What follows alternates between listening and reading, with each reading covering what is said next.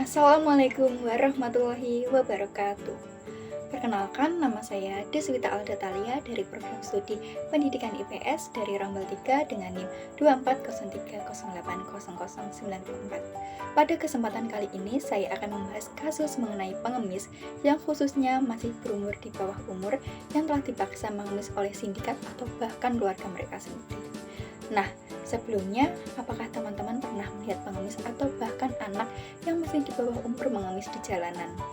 Apakah teman-teman mungkin juga pernah memberikan uang atau bahkan makanan kepada mereka? Akan tetapi, apakah teman-teman pernah berpikir apa sih yang sebenarnya terjadi pada mereka? Padahal anak merupakan amanah sekaligus karunia yang dititipkan oleh Tuhan untuk dijaga karena memiliki harkat, martabat, dan hak-hak sebagai manusia yang harus dijunjung tinggi. Namun, masih banyak anak-anak yang mengalami eksploitasi untuk melakukan kegiatan mengemis yang biasanya dilakukan oleh orang dewasa untuk mengajak anak-anak menjadi pengemis. Hal tersebut sering kita lihat terutama di kota-kota besar seperti Semarang. Yang banyak kita lihat pengemis anak-anak mengemis di lampu merah, jalan umum, stasiun kereta api, pasar tradisional, ataupun di pusat perbelanjaan. Terdapat banyak bentuk eksploitasi anak untuk mengemis seperti bentuk eksploitasi yang dilakukan oleh orang tua, bentuk eksploitasi karena pengaruh dari keluarga ataupun lingkungan sekitar, dan bentuk eksploitasi terhadap pengemis anak-anak yang dilakukan oleh preman.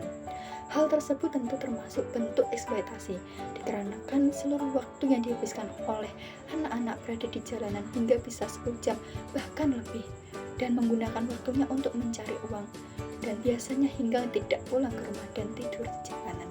Lalu anak yang mengemis juga bisa mendapatkan tekanan sosial dan psikologis dari masyarakat sekitar karena banyak masyarakat yang memandang pengemis di bawah umur sebagai anak yang nakal, liar, dan pandangan negatif lainnya.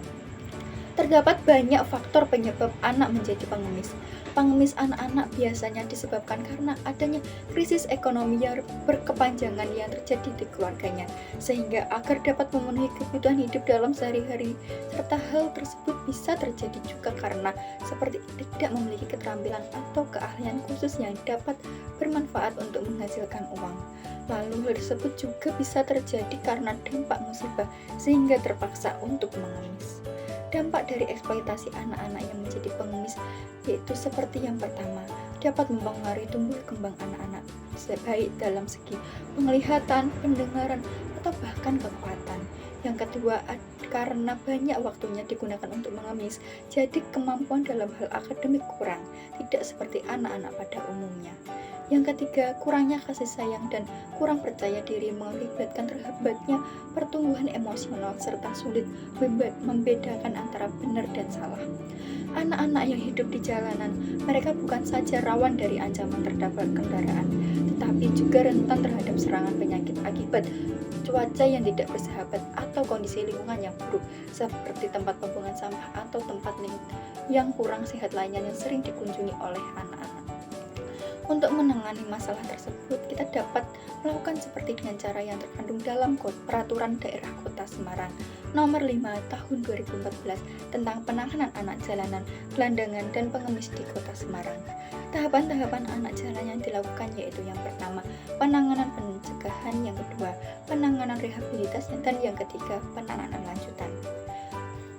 Mari kita berikan kesempatan kepada anak-anak untuk memiliki masa depan yang cerah, dan mari kita lindungi mereka dari eksploitasi serta pelantaran dengan bekerja sama dengan negara dan masyarakat untuk melindungi anak-anak yang tereksploitasi. Sekian dari saya. Wassalamualaikum warahmatullahi wabarakatuh.